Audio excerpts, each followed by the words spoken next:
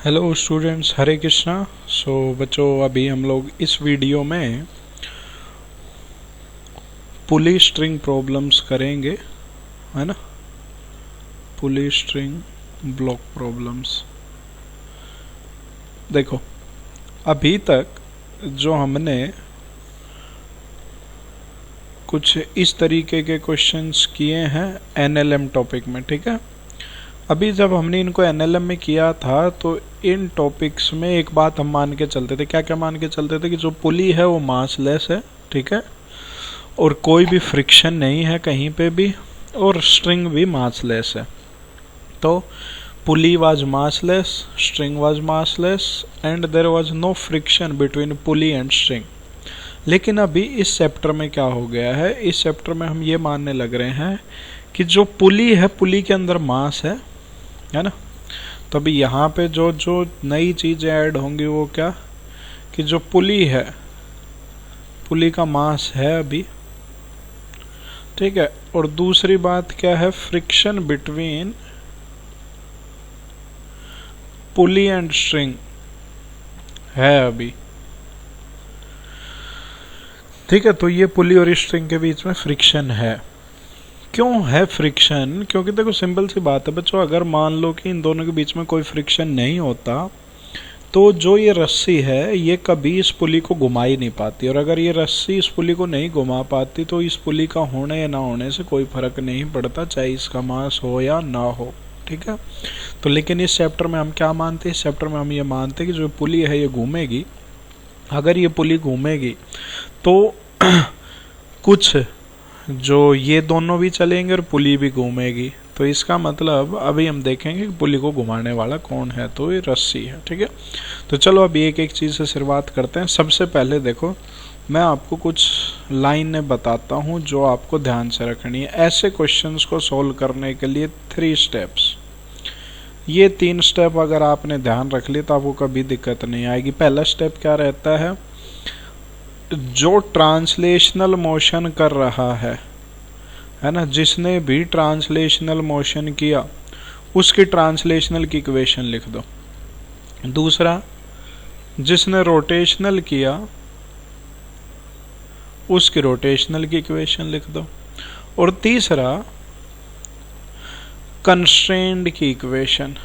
Constrained का मतलब क्या रहता है वो देखेंगे हम लोग जब हम इस चीज़ पे जाएंगे। तो कभी भी जो भी अपनी रोटेशन की प्रॉब्लम रहती है उनको सोल्व करने का सिंपल सा तरीका रहता है। इस तरीके की पुली ब्लॉक प्रॉब्लम्स को सोल्व करने का क्या सिंपल सा तरीका रहता है, पहले ट्रांसलेशनल की इक्वेशन लिखनी है, फिर रोटेशनल की इक्वेशन लिखनी है, और फिर उनके बीच में कंस्ट्रेंट की इक्वेशन लिखनी है, ठीक है। तो चलो अभी शुरुआत करते हैं। सबसे पहले ट्रांसलेशनल की इक्वेशन से मैं आपको समझाता हूँ, ठीक है। ट्रांसलेशनल की इक्वेशन कहने का मेरा क्या मतलब है कि जैसे अगर हम देखें यहाँ पे, तो जो ये M1 ब्लॉक है ये या तो ऊपर जाएगा नीचे आएगा, सिमिलरली M2 ब्लॉक या तो ऊपर जाएगा नीचे आएगा। तो इसका मतलब जो इनका मोशन है वो बिल्कुल एक स्ट्रेट लाइन में होने लग रहा है। तो हम इनमें लिखेंगे ट्रांसलेशनल की इक्वेशन, और जो ट्रांसलेशनल की इक्वेशन लिखी जाएगी वो लिखी जाएगी इस फॉर्मेट में, F = ma, ठीक है। फिर उसके बाद हम लिखेंगे रोटेशनल। इसमें कौन रोटेशनल मोशन कौन करने लग रहा है? रोटेशनल मोशन ये पुली करने लग रही है। तो पुली क्या कर रही है? घूम रही है।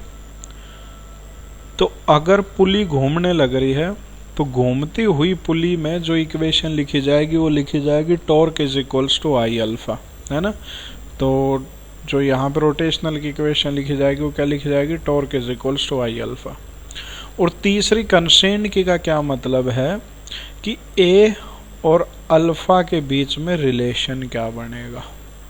तो हमें अल्टीमेटली टोटल 3 चीज़ें लिखनी है, ट्रांसलेशनल की इक्वेशन, रोटेशनल की इक्वेशन और कंस्ट्रेंट की। ट्रांसलेशनल मतलब F = ma, रोटेशनल की मतलब कि टॉर्क = I अल्फा, और कंस्ट्रेंट के मतलब ए और अल्फा के बीच में रिलेशन, ठीक है।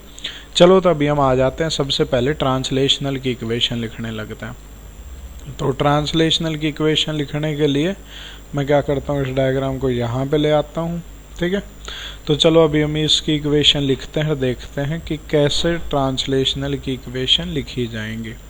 तो सबसे पहले अगर आप देखोगे तो मैंने मान लिया कि M1 बड़ा है या M2 बड़ा मान लिया। M2 बड़ा मान लिया तो M2 नीचे आएगा, M1 कहाँ जाएगा? ऊपर जाएगा। अभी सिंपल सी बात है कि ये दोनों सेम रस्सी से कनेक्टेड हैं और रस्सी में अपनी लेंथ में कोई चेंज आ नहीं रहा। अगर रस्सी की लेंथ में कोई चेंज नहीं आ रहा है तो हम यहाँ पे क्या कह सकते हैं कि सर जो रस्सी की लेंथ अगर वो कांस्टेंट रहेगी तो अगर ये ए एक्सेलरेशन से नीचे गया तो ये ब्लॉक ए एक्सेलरेशन से ऊपर जाएगा।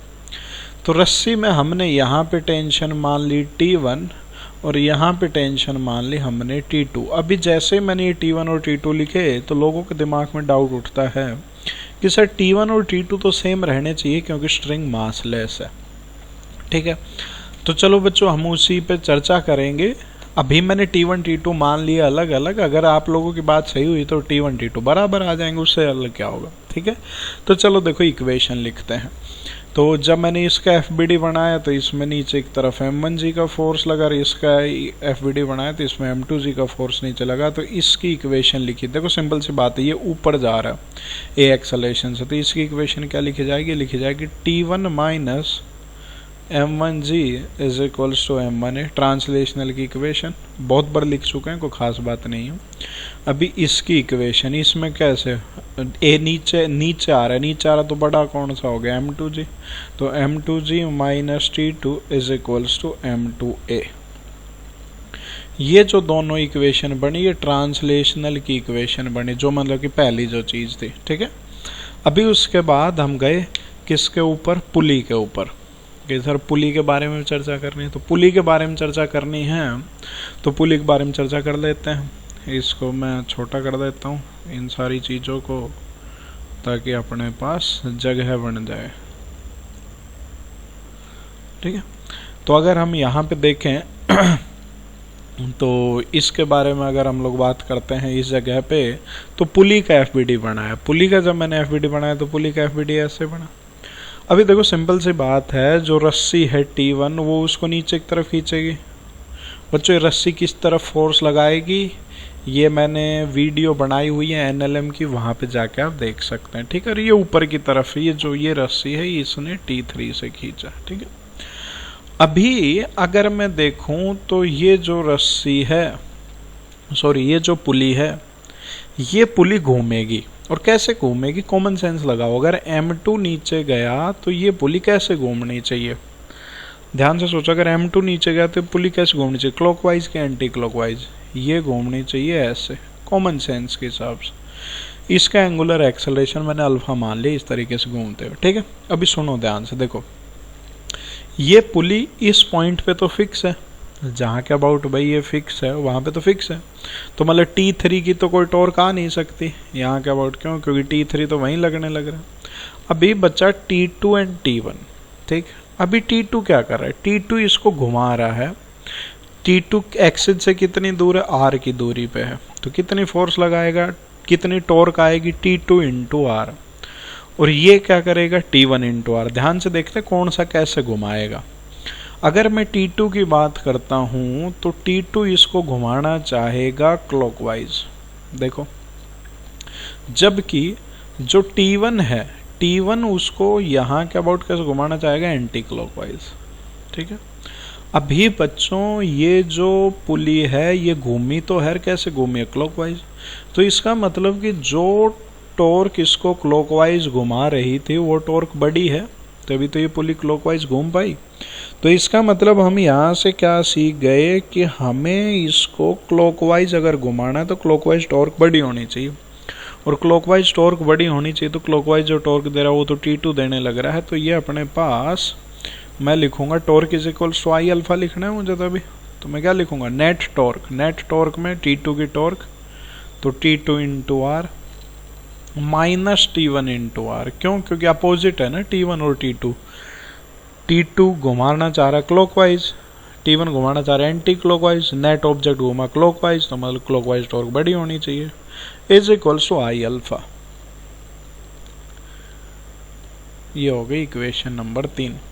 हम लोगों को आई के बारे में सोचने की जरूरत नहीं है, आई हमें दिया जाएगा। ठीक है, वो क्वेश्चन के अंदर दे देगा, और अगर वो आई की वैल्यू ना दे और वो डिस्क बोल दे तो आप mr²/2 यूज कर सकते हो वहाँ पे। ठीक है, तो अभी इस तरीके से हमने 3 इक्वेशन लिख दी। अभी उसके बाद अगली इक्वेशन है कंस्ट्रेंट की इक्वेशन। तो देखो कंस्ट्रेंट की इक्वेशन क्या रहती है, कंस्ट्रेंट की इक्वेशन का मतलब रहता है कि जब दो चीजों के बीच में इंडिपेंडेंटली मोशन ना होके एक दूसरे पे डिपेंडेंट मोशन हो। मैं आपको समझा रहा हूँ, देखो जैसे ये पुली थी और ये रस्सी है, इसके ऊपर से ना मैंने पुली और रस्सी थोड़ा सा अलग अलग कर दिया। अभी आप खुद से सोचो कि क्या होने लग रहा है यहाँ पे कि ये जो रस्सी है और ये जो पुली है, इन दोनों के बीच में कोई स्लिपिंग नहीं है।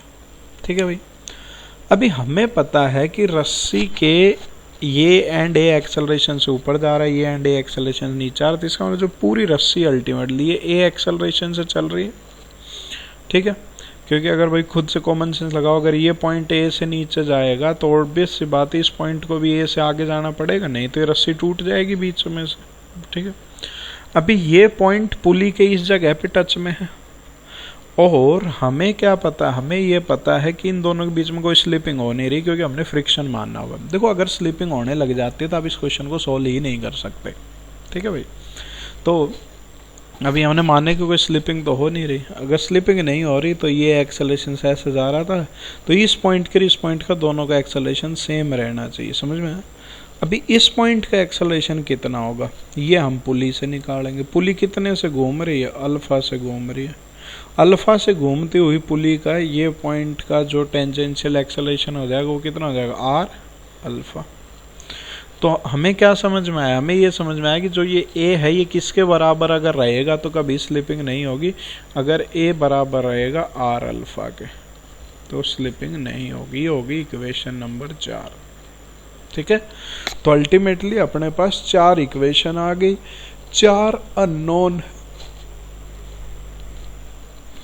ठीक है, और T1 T2 यहाँ से प्रूव हो चुका है कि अलग अलग नहीं हो सकते, कि सॉरी अलग अलग होंगे, क्योंकि अगर T1 T2 बराबर हो गए तो यहाँ पे दोनों कैंसिल करके अल्फा की वैल्यू 0 कर देते, जो संभव नहीं है। ठीक है, तो इसका मतलब कि T1 T2 अलग अलग हैं और T2 बड़ा है T1 से। अब इन चारों इक्वेशंस को बच्चों में सोल्व यहाँ पे नहीं कर रहा। अननोन देखो 4 इक्वेशन है आपके पास और 4 अननोन है। T1 अननोन है, T2 अननोन है, A अननोन है और अल्फा अननोन है। तो आप इन 4 इक्वेशंस को सोल्व कर सकते हैं और आप इनके आंसर्स निकाल सकते हैं। मैं तरीका ज़रूर बता दे रहा हूँ, कैसे करोगे तो आसान पड़ेगा। यहाँ से T1 की वैल्यू उठाना,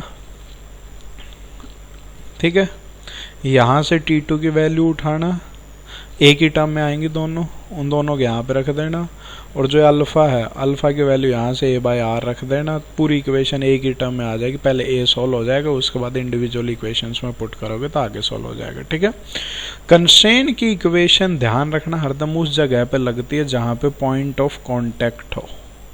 जहाँ पे पॉइंट ऑफ कॉन्टैक्ट होगा वहीं पे कंस्ट्रेंट की इक्वेशन लग जाएगी। चलो ठीक है, तो बच्चों अगली वीडियो में और आगे पढ़ाई करेंगे। Thank you, Hare Krishna.